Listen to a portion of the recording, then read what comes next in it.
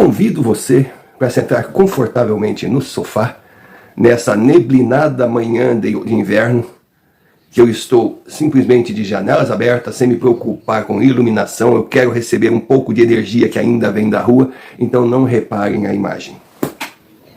Hoje eu quero falar sobre dupla Grenal. A vergonha nacional do Rio Grande do Sul. Qualquer semelhança com o bairrismo não é mera coincidência. Começo falando do grenalismo. A rivalidade. Poxa, a rivalidade é tudo. Rivalidade é a essência do futebol. As duas torcidas se zoando.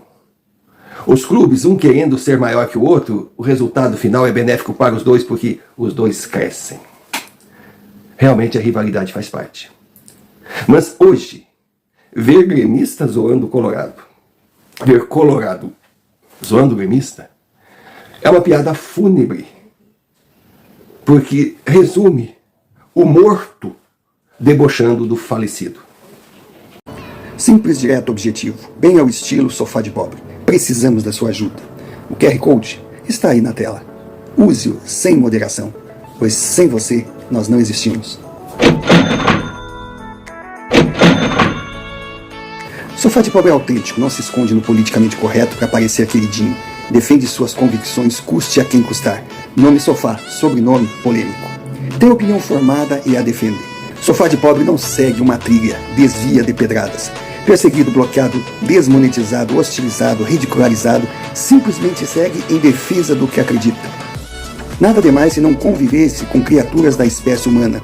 Entre elas, um número significativo de pessoas que acreditam ter o direito de falar o que pensam, sendo extremista ao ponto de ostentar a bandeira do tolerância zero ao contraponto. Difícil saber se você pertence ao grupo do pró ou do contra. Se for pró, ajude-nos a continuar. Se for contra, muito obrigado por prestigiar e estar assistindo esse vídeo, e mesmo discordando, continue. Críticas construtivas sempre serão bem-vindas. As ofensas para nós são a certeza de que estamos no caminho certo, pois diante das reações intempestivas que enfrentamos, temos a certeza que o que falamos tem sim a sua importância, por serem verdades sempre baseadas em argumentos concretos, difíceis de serem desmentidos. Efeitos colaterais são coerentes. Nos tornamos alvos daqueles que acreditam que, atacando quem publica, irão minimizar o teor do publicado. No festival do tudo errado, começamos pelo fora das quatro linhas. Resumindo, não me alongar porque já falei muito desses cidadãos. O Grêmio tem um presidente banana e o Inter tem um presidente maluco. Duas receitas fadadas ao fracasso. Com relação aos técnicos, o Internacional tem o grande Roger Machado, prazo de rivalidade curto. Ele entra, revoluciona, coloca seu modo de jogar, o time começa a ganhar, de repente para um pouco lá em cima e começa a cair, pronto, acabou o prazo. Roger é aquele que chega no clube com desconfiança da maioria, no meio da jornada, emociona, surpreende e se torna digno de aplausos e admiração da totalidade e na sequência sai pela porta dos fundos. Já o Grêmio tinha Quinteiro. Dei todas as chances para aquele multinacional mostrasse o seu trabalho, mas realmente a coisa não aconteceu em campo. E eu fui um dos que pedi para sair. Mas quando eu vi o nome de Mano Menezes, pelo amor de Deus, o tempo passa para todo mundo, e eu falo de cadeira. Por mais que a gente tente acompanhar a velocidade das novas gerações, não consegue. Por isso, nos tornamos velhos, não só fisicamente, mas num todo. Em outras palavras, velhos, nesse caso, sinônimo de ultrapassados, obsoletos. A geração Mano Menezes teve suas décadas de glória, mas acabou. O que eles entendem como futebol é passado. Hoje, os técnicos de times vencedores são jovens que recentemente abandonaram a carreira, ou um pouco mais velhos, mas também novos para a profissão, 45, 46. Tem aí 15 anos para brilhar e colocar suas ideias renovadoras. Um clube que para no tempo, que no futebol equivale a voltar às décadas de 90 e à primeira década do século XXI, trazendo esses ex-treinadores em atividade, ou não tem ambição, ou sua diretoria não conhece nada de futebol. No caso do Grêmio, eu coloco as duas opções, depende do dia que eu for analisar. Então, os dois técnicos que o Grêmio trouxe para 2025 foram tiros na água. Mas mesmo que ele trouxesse um grande treinador, ele pouco poderia fazer a curto prazo, porque o Grêmio não tem time. O senhor Renato Portaluppi, em 2024, a equipe que ele montou foi desastrosa, tanto que foi muito mal na temporada. Ele saiu, entrou 2025 e a filosofia ficou a mesma. Eu sou modinha, eu sou contra o Grêmio. Não, eu estou analisando futebol. Feliz seria eu se diferente fosse. Bom, vamos no homem a homem, assim. O goleiro. O nosso goleiro hoje, todos sabem o nome, eu não preciso estar aqui repetindo, é igual a bunda de criança. A gente nunca sabe o que pode sair. Defesas milagrosas e lances bizonhos. Os 3 primeiros gols do Cruzeiro não foram falhas dele, mas no mínimo jogadas defensáveis. Bom, o primeiro gol é aquela coisa, o time é ruim, não tem sorte, né? O atacante cruzeirense escorrega, erra o chute, dá uma cabeçada perfeita com o pé, vai no chão e sobe. Mas eu acho que um goleiro com aquele insight da posição estaria segundos à frente. Ele demorou para abafar a bola. Sabe, fica naquela assim. Bom, o segundo gol foi uma falha coletiva. Mas eu também acredito que ele deveria ter saído. Não saiu. O terceiro gol, aquela cabeçada no meio, em cima da cabeça dele, que ele fez assim, em câmera lenta, aquilo ali não se explica. Parece que ele desliga. Fez defesas brilhantes. Nenhum goleiro consegue ficar atrás de uma zaga em que o time pratica o ataque e defesa. O time é massacrado a partida inteira. Então ele não é culpado pelos resultados, mas com certeza um dos responsáveis.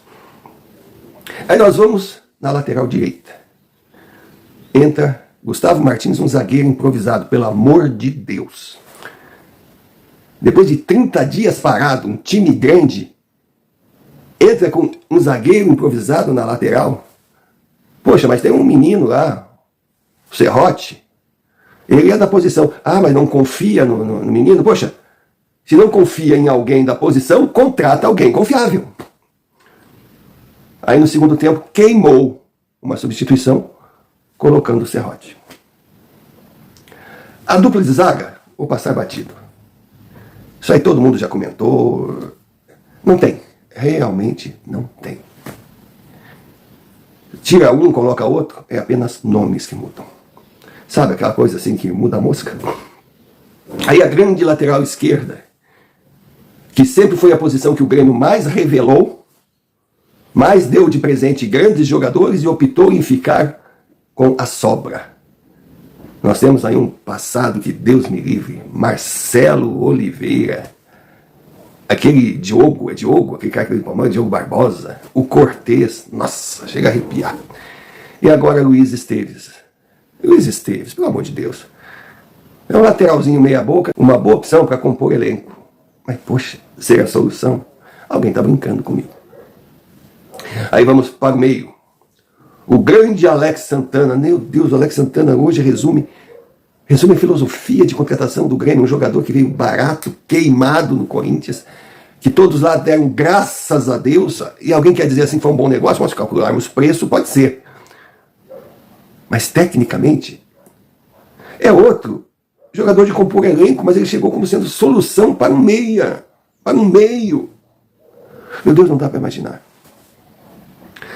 Dodi é o grande destaque hoje pela pegada, pela raça. Ele realiza aquilo que foi pago para realizar. Nunca disse que é craque, é bom no desarmar. Então eu coloco o Dodi como missão cumprida. Vila Sante. Vila Sante é o melhor deles. Mas claro, um grande time consagra a cabeça de bagre. Um time medíocre destrói a imagem de um belo jogador.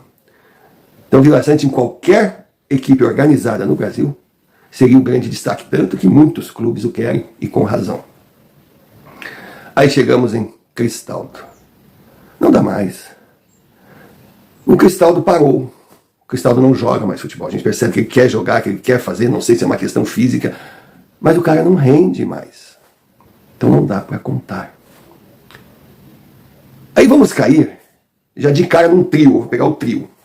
Monsalves, Arezzo e Aravena. Por que eu peguei assim de baseada? Porque esses três, no ano passado, foram anunciados por Renato que após suas contratações o Grêmio subiria de patamar. Até hoje eu não entendo. Ou esses meninos deixaram o futebol do país que vieram, ou alguém deu melhores lances de um vídeo que tinha um resumo do pouco brilhante que eles realizaram na carreira. E a grande diretoria do Grêmio comprou.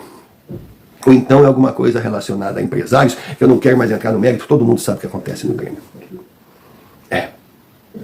Aí o nosso treinador, ele colocou uma forma de jogar, que é dar a bola para o adversário, ficar recuado, levar porrada de todas as formas e sair no contra-ataque, jogar por uma bola. Numa época que nós vimos o Campeonato Mundial, o futebol é intenso, é veloz, marcando na saída. O Grêmio não sabe fazer isso. Quando tenta, entra na roda, no bobinho e deixa uma avenida lá atrás. Aí para sair no contra-ataque depende dos seus pontas. Aí chegamos no grande Amuso. É um bom jogador? É. Mas não para criar contra-ataque. Preste atenção no Amuso. Ele pega a bola antes do meio campo. Corre. A gente percebe, a zaga está desmontada. Aí ele para, vira para o meio, bola na perna direita, deixa toda a defesa se reorganizar para fazer sua jogadinha de sempre. Às vezes a jogadinha dá certo, ele faz um cruzamento, gol, ele faz um gol. Mas é muito pouco para uma equipe que coletivamente quer jogar de contra-ataque. Aí chegamos em Braithwaite, tanto faz. Ele faz falta, faz. Mas mesmo com ele em campo, o Grêmio já sofreu derrotas horríveis. Que mandurinha só a gente sabe, né? Bom, a gente não tem a gente tem o Mandurinha e na outra ponta tem o Pavão. Olha o Pavão lá. O Pavão tem que ir embora. É outro esforçado que quer acertar. Mas o seu futebol ficou no passado. Eu não sei se é a pressão, ele entra tendo que acertar, ele joga com os olhos regalados, a bola queima no pé dele. Quem sabe se ele for para outro clube, ele até aconteça. Mas é difícil de apostar porque ele veio do Atlético, onde ele também não aconteceu. Mas daí nós temos quem? Temos esse menino que surgiu agora, o Alisson. Coitado desse menino. Vai ser visto como a única solução, vou entregar a bola para ele fazer a jogadinha de driblar, até que chegar um zagueiro tosco, joga ele lá na arquibancada, pronto, 6 meses de departamento médico. Não podem sobrecarregar um só jogador como solução, principalmente o menino. E fora isso, Kiki Oliveira. Fez boas partidas, fez. Mas poxa, o cara não consegue nem fazer um chimarrão sem se lesionar. O que espera? Esqueci algum? Bom, mas pelo menos tem um resumo. Essa é a minha opinião. Aceito. Eu respeito quem pensa o contrário. Mas se você discorda, coloque aqui no comentário no YouTube. Mas não me xingando, me ofendendo, querendo ridicularizar o canal. Estamos conversando sobre futebol, eu colocando ideias que podem ter divergentes. Então, entre dizendo que eu estou errado, mas mostrando argumentos. E se caso eu esqueci um ou outro jogador, poxa, não foi por querer. Eu tenho uma boa memória, mas tem uns que estão brilhando tanto que a gente nem consegue lembrar. Com a compra do contrato de gestão. Então hoje o Grêmio é um mutuário de um imóvel comprado financiado, tem parcelas ainda a pagar do financiamento, a dívida não está quitada, mas recuperou o direito dele administrar, morar no seu imóvel. Já que até então ele não podia, pois esse contrato de gestão dava a administração para a OAS, e como ela a construtora teria uma renda e esses valores seriam descontados do pagamento do financiamento. Então, o Grêmio hoje, como clube, tem um grande passo, que vai entrar mais dinheiro, com certeza. Porém, toda opção traz uma obrigação. Tem o ônus e o bônus. Não é só a comemorar. Primeiro, porque a OAS não cumpriu aquilo que se comprometeu em níveis de manutenção. A Arena tem que sim que passar por uma reforma considerável. Vai demorar para que ela alcance o nível que o tricolor esperava encontrar. E fora isso, tem as obras no entorno, que a AS também não cumpriu. Tem que ver se o Grêmio assumiu a responsabilidade de cumprir contratos que a construtora fez com o Estado, com a Prefeitura, e simplesmente deixou de lado. Mas mesmo que esses compromissos não venham para o tricolor, tem muito a ser feito no entorno da Arena, porque não pode mais continuar assim. Qualquer chuva de verão, e a região está alagada, impossibilitando que torcedores cheguem em dias de jogos. E pior, uma chuvinha mais forte poder causar a tragédia que vivemos em 2024. Então o Grêmio comprou o direito de gestão do seu patrimônio. Foi um grande sonho. Mas esperemos que tome decisões certas e realize o que tem que ser realizado, para que esse sonho não se transforme num grande pesadelo.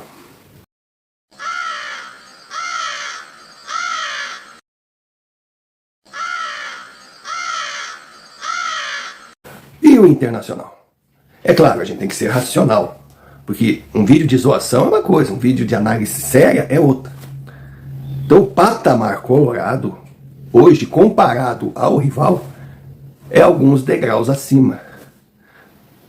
Só que o time colorado, hoje, ele está bem aquém se comparado ao time do início do ano, aquilo que torcedores e diretoria e imprensa imaginavam que poderia ser. A situação colorada é melhor que a do Grêmio? Lógico. Mas os campeonatos colorados, os objetivos colorados, não se resumem a ser maior que o rival. Ele tem outros desafios. Então o Inter de Roger, hoje, ele preocupa. Preocupa primeiro, ele está na boca do Z4.